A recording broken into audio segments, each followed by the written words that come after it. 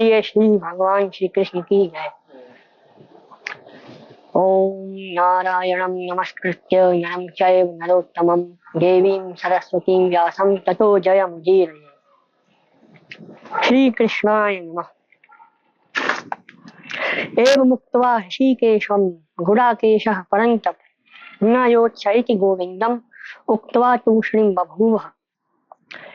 अब संजय यहाँ पर बोलते हैं, हे राजन धृतराष्ट्र से, हे राजन जितेंद्रिय निद्रा को जीतने वाले अर्जुन, अर्जुन को निद्रा विजयी कहा गया। ठीक है, अर्जुन ने अपनी निद्रा में विजय प्राप्त की थी।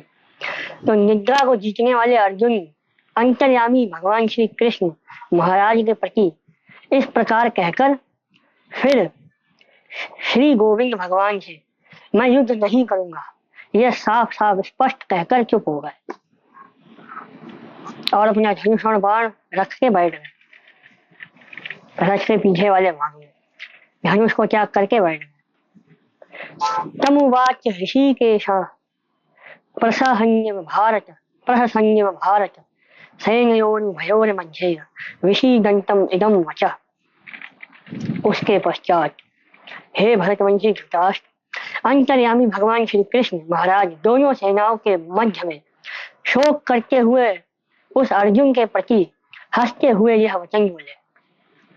क्या बोले? श्री भगवान उवाच अशोच्यानन्य शोचस्त्वं प्रज्ञावादांश्च भाषसे गतासूंश्च ज्ञानशोचन्ति पंडिताः। अब इसी से रिलेटेड एक गाना आता है, शोक के योग्य नहीं उनमें कोई जिनके शोक में तू कुलाए। पंडितों जैसे बोले वचन और सच्चे ज्ञान से आंख चुराए। देह के दीप में प्राणों की ज्योति काल जलाए काल बुझाए। ज्ञानी विचलित होते नहीं कोई जग में रहे या जग से जाए। इसका अर्थ क्या हुआ श्लोक का? श्री भगवान बोले, हे अर्जुन, तू ना शोक करने योग्य मनुष्यों के लिए शोक कर रहा है और पंडितों जैसे वचन कह रहा है, परंतु जिनके प्राण चले गए हैं उनके लिए और जिनके प्राण अभी नहीं गए उनके लिए पंडित जन शोक नहीं करते। तो यहाँ अर्जुन क्या कह रहा है? वाह अर्जुन वाह, पंडितों ऐसे वचन तो बहुत बढ़िया बोल रहे हो और शोक उनके लिए कर रहे हो जिनके लिए शोक नहीं करना चाहिए। अब किनके लिए शोक नहीं करना चाहिए? तो यहाँ पे भगवान ने दो चीजें बताई। जिनके प्राण चले गए, जो मर चुके हैं, उनके लिए शोक नहीं करना चाहिए, और जो अभी नहीं गए, जो अभी मरे नहीं, उनके लिए भी शोक नहीं करना चाहिए। तो यहाँ भगवान दो चीजों का ज्ञान दे रहे हैं कि तुम्हें शोक किसके लिए करना चाहिए, किसके लिए नहीं। तो इन दोनों ही के लिए हमें शोक नहीं करना चाहिए। क्यों? क्योंकि इन दोनों का ही जो पैदा हुआ वो मरेगा और जो मर गया वो फिर पैदा होगा कहीं ना कहीं। तो शोक क्या करें? वो तो अटल नियम है संसार का, उसमें उसको तुम बदल थोड़ी सकते हो। तो शोक करके क्यों अपना टाइम वेस्ट कर रहा है? अब यहाँ पंडित जन, यहाँ पंडित शब्द ही क्यों आया है? पंडित शब्द आता पंडा, पंडा कहते हैं दिमाग को या कह लो बुद्धि। जिसकी बुद्धि पंडित या पंडा विकसित हो चुकी है उसे पंडित कहते हैं। जिसकी बुद्धि विकसित हो चुकी है, जिसको ज्ञान हो चुका है, हाँ ये मरेंगे और इनको हम तो बचा नहीं सकते, हमारे हाथ में इनको बचाएंगे तो हम शोक क्यों करें? ये नियम है कि जो आया वो मरेगा और जो मरा वो फिर जन्म लेगा, तो क्यों शोक करें? तो पंडित जन की बुद्धि विकसित होती है, उनको ज्ञान होता है तो वो शोक नहीं करते। इसलिए भगवान ने पंडित शब्द से प्रयोग किया। अब यहाँ अर्जुन ने ऐसी पंडितों वाली बातें कह रहे हैं, ये सब भी पंडित लोग ही कहते हैं कि मरने के बाद ऐसा होता है, नरक में जाते हैं, वहां पर यमराज तुम्हें यातनाएं देते हैं, फिर तुम्हारी उच्च गति होती है, नीच गति होती है। तो यहाँ भगवान अर्जुन को यही कह रहा है, क्या कह रहे हैं? तू शोक ना करने योग्य के लिए शोक कर रहा। अरे तू उनके लिए शोक कर रहा जो तेरे हाथ में है ही नहीं, जो तेरे बस में ही नहीं है, जो तेरे कंट्रोल में ही। अब इसको आज से रेलेवेंट ये है कि आज हम लोग कितना ओवर थिंक करते हैं, फालतू में चीजों के लिए परेशान रहते हैं। अरे यार उसने ऐसा नहीं हुआ, वैसा नहीं हुआ। अरे भाई तुम अपने कर्म को करो ना, तुम्हारे वो कंट्रोल में है ही नहीं, तुम्हारे कंट्रोल में है ही नहीं जो चीज, उसके लिए तुम क्यों शोक कर रहे?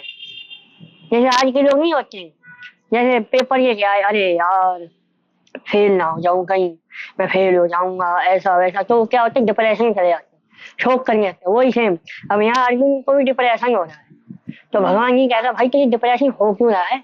पहली बात तो ये बताओ, तुम शोक कर क्यों रहे हो? चलो उनके लिए शोक करना मतलब कि शोक के योग्य है, ठीक है, पर उनके लिए शोक करना किस बात की बुद्धिमानी जो शोक के योग्य है ही नहीं, वही चीज। तो यही कहते हैं। फिर भगवान क्या कहते हैं, न त्वेवा हम जातु नासम, न त्वं नेमे जनाधिपाः, न चैव न भविष्यामः, सर्वे वयं तः परम। न तो ऐसा ही था कि मैं किसी काल में नहीं था, न तथा तू नहीं था, अथवा ये राजा लोग नहीं थे, और न ही ऐसा ही था कि इसके आगे भी हम सब नहीं रहेंगे। मतलब यहाँ भगवान क्या कह रहे हैं, ना तो ऐसा था कि मैं किसी काल में नहीं था, मतलब मैं हमेशा से हूँ, मैं हमेशा से था, हूँ और रहूंगा। फिर भगवान अर्जुन से कह रहे हैं कि ना तो ऐसा ही था कि मैं किसी काल में नहीं था, तथा अथवा तू नहीं था, मतलब ऐसा नहीं कि तुम नहीं थे, या तुम आज ही मतलब पैदा हो, पहले नहीं थे, तुम पहले भी थे, अभी भी और आगे भी रहोगे। और जिनसे तुम शोक कर रहे हो ना, ये राजा लोग, ये पहले भी थे, अभी भी और आगे भी रहेंगे, तुम इनके मरने का शोक कर क्यों रहे हो? तो यहाँ भगवान यही बता रहे हैं कि ये जो है ये नित्य है। अब यहाँ पे नित्य किसको कहा, हमारे अंतरात्मा को, शरीर को नहीं, शरीर के पॉइंट ऑफ व्यू से नहीं कह रहे हैं, वो हम आत्मा के पॉइंट ऑफ व्यू से कह रहे हैं कि एनर्जी हमेशा रहती है, उसको क्रिएट नहीं किया जाता, डिस्ट्रॉय नहीं किया जाता, वो एक जगह से दूसरी जगह ट्रांसफर होती है। तो वहां पे ऐसी ऊर्जा, हमारे अंदर जो आत्म तत्व है ऊर्जा, वो हमेशा से जीवित ही है और रहेगी, वो कभी नहीं मरती। तो अर्जुन, जो भगवान यहाँ पर कह रहे हैं कि तुम शरीर के लिए शोक कर रहे हो, और शरीर एक दिन मरेगा, जब तुम्हें पता है शरीर मरेगा तो तुम उसके लिए शोक कर क्यों रहे हो? मूर्खता है ना तुम्हारी, तुम अपनी मूर्खता से कर रहे हो, तुम्हारी बेवकूफी है। तो ये कह रहे हैं भगवान कि ना तो ऐसा ही था कि मैं किसी काल में नहीं था या तू नहीं था, या हम सब ये सब राजा लोग नहीं थे, ये हमेशा से थे, हैं और आगे भी रहेंगे, तो शोक मत कर इनके लिए। देहिनोऽस्मिन् यथा देहे कौमारं यौवनं जरा तथा देहांतर प्राप्त धीरस्तत्र न मुह्यति। अब यहाँ भगवान बायोलॉजी पढ़ाते हैं। जैसे जीवात्मा की इस देह में बालकपन, फिर जवानी, फिर वृद्धावस्था होती है, वैसे ही अन्य शरीर की प्राप्ति होती है। उस विषय में धीर पुरुष मोहित नहीं होते, जिनको पता है कि ये शरीर पहले छोटा बालक अवस्था की शरीर, फिर ये धीरे धीरे किशोरावस्था में, फिर युवा अवस्था में, अब ये वृद्धावस्था में जाएगा और एक दिन ये शरीर मतलब नष्ट हो जाएगा। तो जिसको मालूम होता है वो मोह नहीं करता, ये शरीर से मोह नहीं करता। जिसको मालूम होता है वो कंफ्यूज नहीं होता, उसे मालूम होता है ये शरीर एक दिन नष्ट होगा, इसको हम लोग एक दिन जला देंगे, पर इसमें जो एक आत्म तत्व है वो हमेशा रहेगा, सब जानते हैं। यहाँ पर वही भगवान कह रहे हैं कि शरीर की अवस्थाएं होती हैं, तुम्हारी कोई अवस्था नहीं होती, तुम हमेशा से थे, हो और रहोगे। और तुम जो शोक कर रहे हो वो शरीर को लेके कर रहे हो कि ये सामने जो लोग खड़े हैं ना, ये सब मेरे जो परिवारजन हैं, इनके शरीरों से तुम्हें मोह हो रहा है, इसलिए तुम शोक कर रहे हो। तुम्हें इनके शरीरों से मोह है, तुम्हें इनसे मोह नहीं है, इनके शरीरों से मोह हो रहा है कि इनके शरीर चले जाएंगे, फिर हम किनके लिए राज्य भोगेंगे।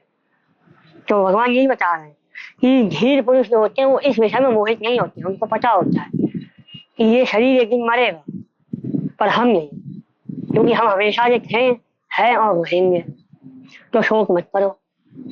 फिर क्या कहते हैं, मात्रा स्पर्शास्तु कौन्तेय शीतोष्णो सुख दुःखदाः आगमापा नित्योस्तान स्थितिक्षस्व भारत। हे कुंती पुत्र, सर्गी गर्मी और सुख दुख देने वाले इंद्रिय और विषयों के संयोग तो उत्पत्ति और विनाशशील और अनित्य है, इसलिए हे भारत उनको तू सहन कर। अब यहाँ भगवान क्या कह रहे हैं कि ये जो तुझे शोक हो रहा है ना, ये जो सुख दुख हो रहा है, ये सब इंद्रियों द्वारा हो रहा है, इंद्रियों द्वारा आज है, और इंद्रियां क्या है? जड़। मतलब ये इंद्रियां भी नष्ट होंगी, इंद्रियां शरीर से तो बनी है, शरीर नष्ट होगा तो इंद्रियां नष्ट हो गई, तो इंद्रियां भी एक दिन नष्ट हो जाएंगी। तो इंद्रियों से जो तुम्हारा मोह हुआ है वो भी नष्ट होगा एक दिन।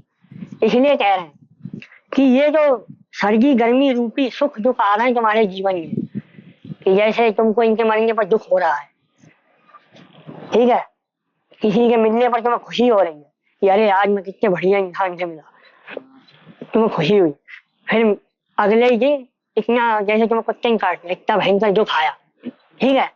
तो भगवान ने यही कह रहे हैं, ये जो तुम्हारे जीवन में सर्दी गर्मी रूपी, अब यहाँ सर्दी गर्मी की बात नहीं हो रही, सर्दी का मतलब होती है अनुकूलता।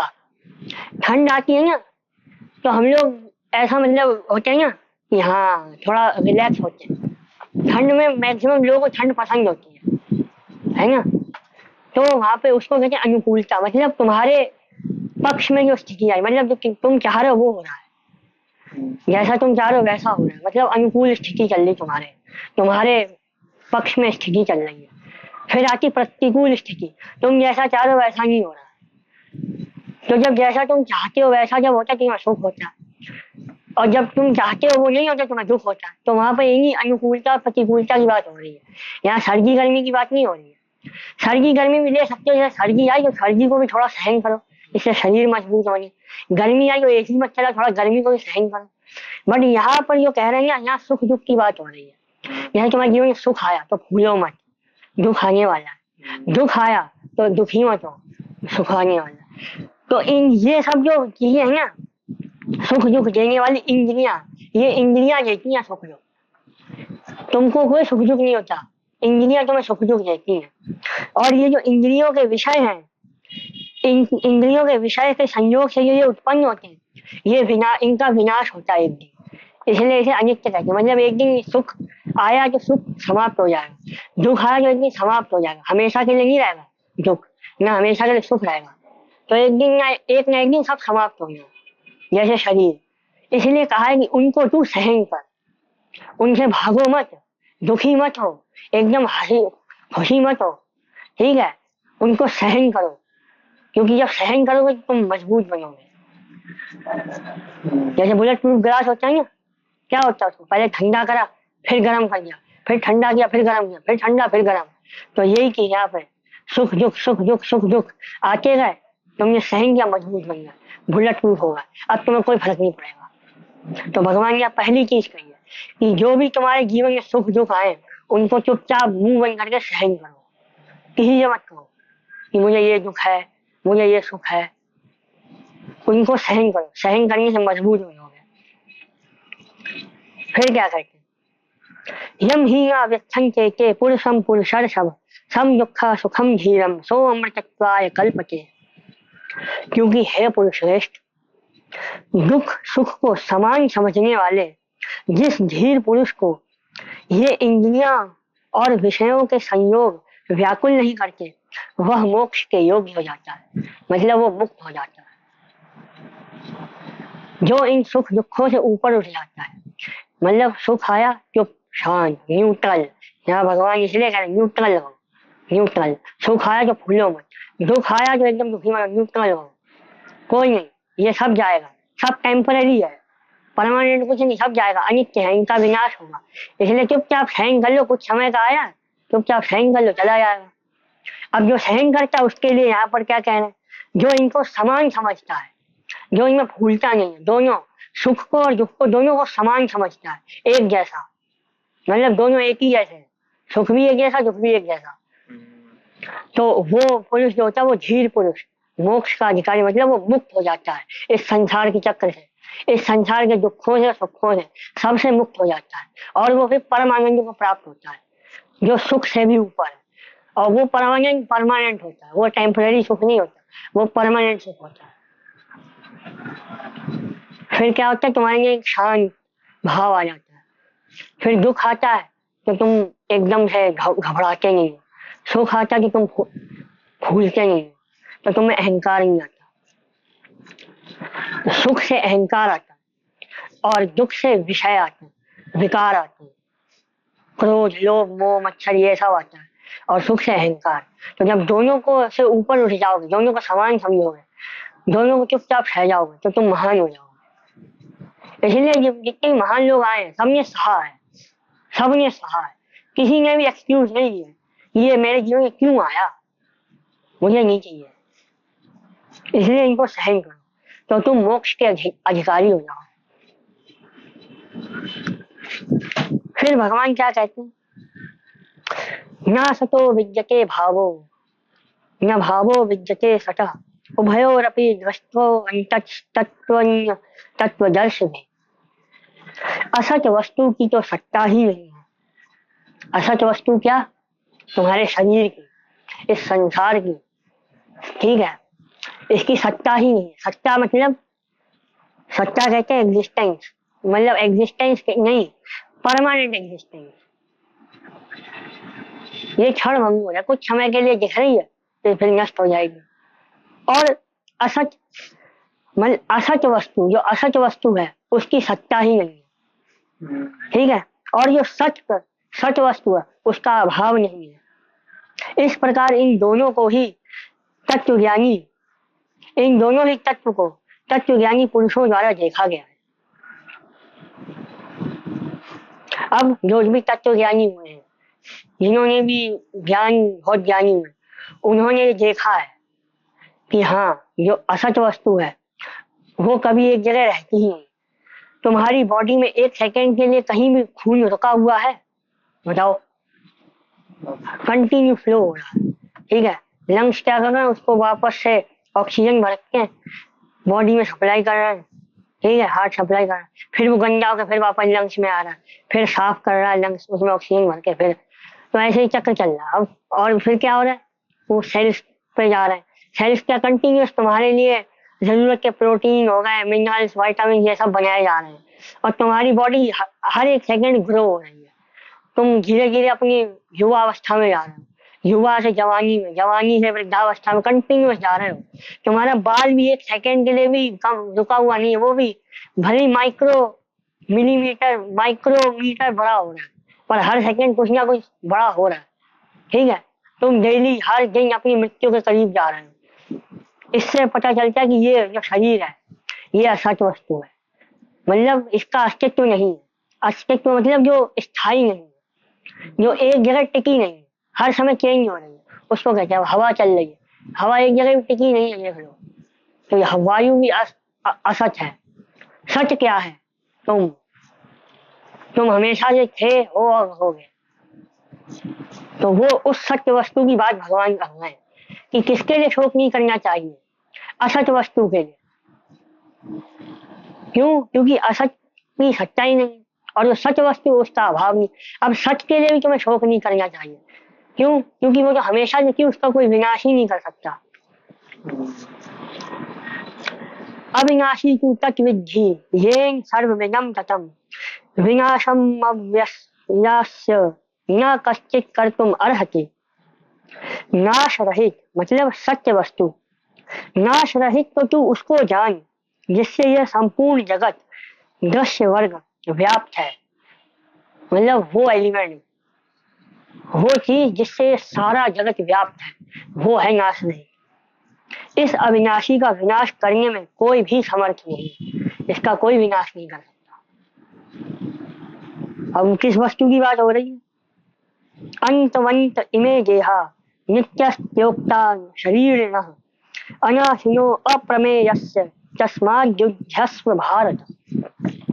नाश रहित, अप्रमेय, नित्य स्वरूप जीवात्मा के ये सब शरीर नाशमान कहे गए। इसलिए हे भरतवंशी अर्जुन, तू युद्ध कर।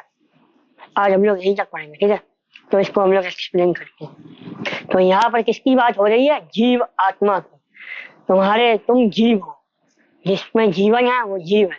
अब तुम्हारे अंदर जो एक आत्म तत्व है, आत्मा एलिमेंट, वो है जो इस समस्त जगत में सर्वव्याप्त है।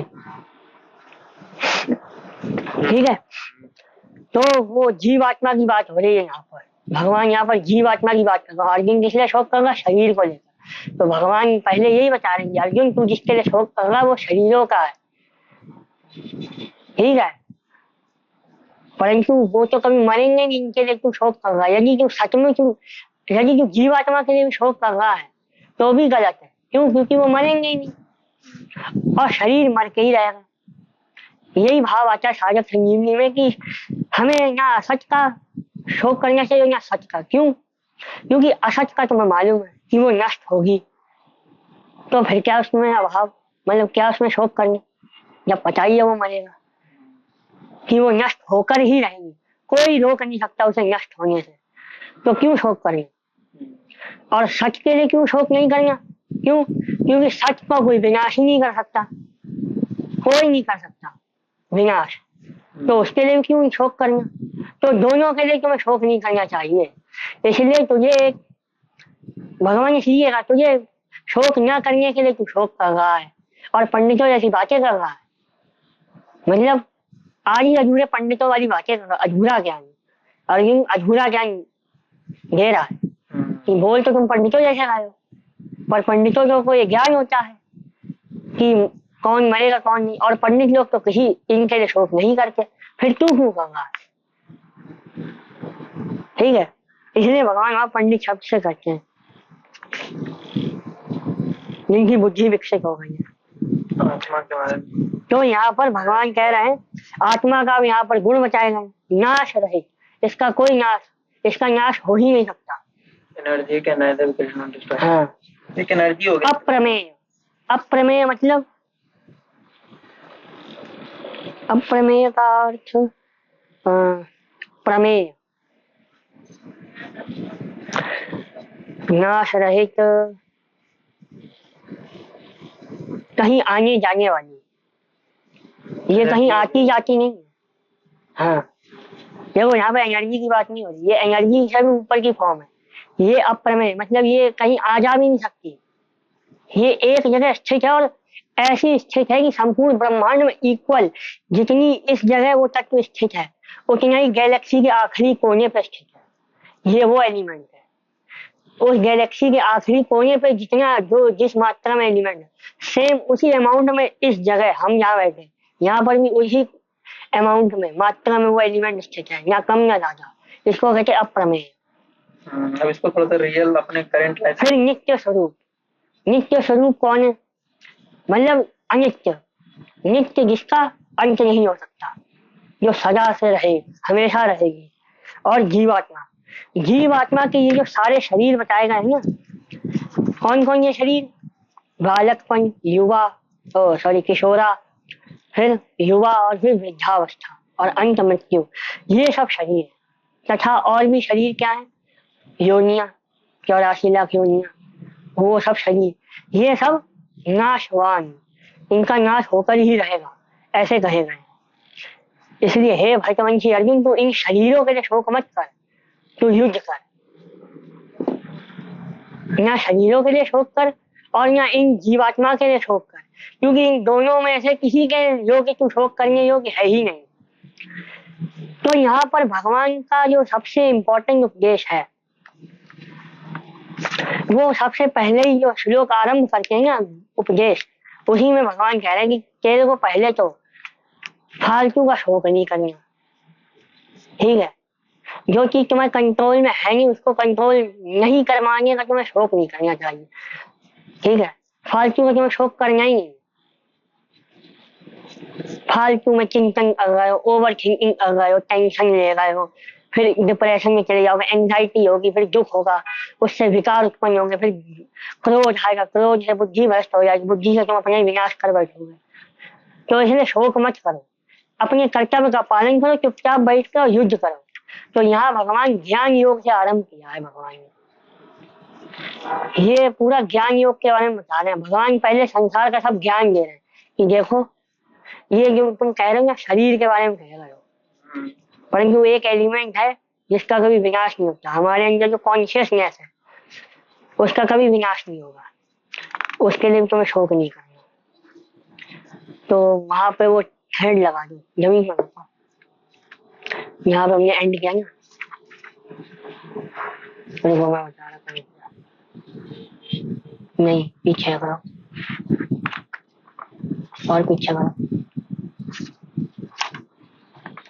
और करो, मात्र स्पष्ट इधर आगे आगे, हाँ इसके जस्ट आगे, ये वाला यहाँ पे। अविनाशी तो तू उसे जान जिससे सारा संसार व्याप्त है। मतलब भगवान ने यहाँ पर सीधा वो दे दिया कि अविनाशी वो तत्व है जो जिससे सारा संसार व्याप्त है, जो संसार के हर एक कोने में है। वो एलिमेंट है नाश नहीं, नाशवान, वो ही सब हमारे अंदर है। तो आज इससे रेलेवेंट हमारा यही होता है कि हमको ओवर थिंक नहीं करना, फालतू में शोक नहीं करना उन चीजों के लिए जो हमारे बस में ही नहीं है, जो हमारे हाथ में ही नहीं है, जो हमारे कंट्रोल में नहीं। हमें उन चीजों के लिए परेशान नहीं होना, हमें बस अपने कर्मों पे ध्यान देना है। क्योंकि हमारा जो है इन सब चीजों से कुछ नहीं होता, इन सब चीजों को करने से अपने को दुख होगा। और दुख फिर भगवान वही कह रहे हैं कि ये जो दुख सुख दुख भी हो रहे हैं ना, ये तुम्हारी इंद्रियों द्वारा हो गए। जीवात्मा को ना सुख होता है ना दुख होता है। इसलिए तुम अपने आप को जानो, इस शरीर से ऊपर उठो, इंद्रियों के जो विषय है उन्हें चुपचाप सह जाओ, चुपचाप सह जाओ, तुम मजबूत बन जाओगे। इसलिए तुम अपने सब शोक का त्याग करो, इनको सहो, अपने कर्तव्य का पालन करो, युद्ध करो, फालतू में टेंशन मत लो। तो आज यही हमारा पूर्ण करते हैं हम लोग। अब यही है इसका मतलब ना कि बोलिए श्री कृष्ण चंद्र भगवान की जय। ओम नारायणं नमस्कृत्य नरं चैव नरोत्तमं देवीं सरस्वतीं व्यासं ततो जयमुदीरये। चलिए मतलब कि हम लोग तो एक ना एक दिन सबको मरना ही है, तो और शरीर के बारे में टेंशन मतलब कि भाई शरीर मेरा कैसा है, क्या होगा। बिल्कुल, आज के लोग शरीर को सजाने में लगे हुए हैं, नासवान है, ठीक है, जो परमानेंट चीज रहेगा।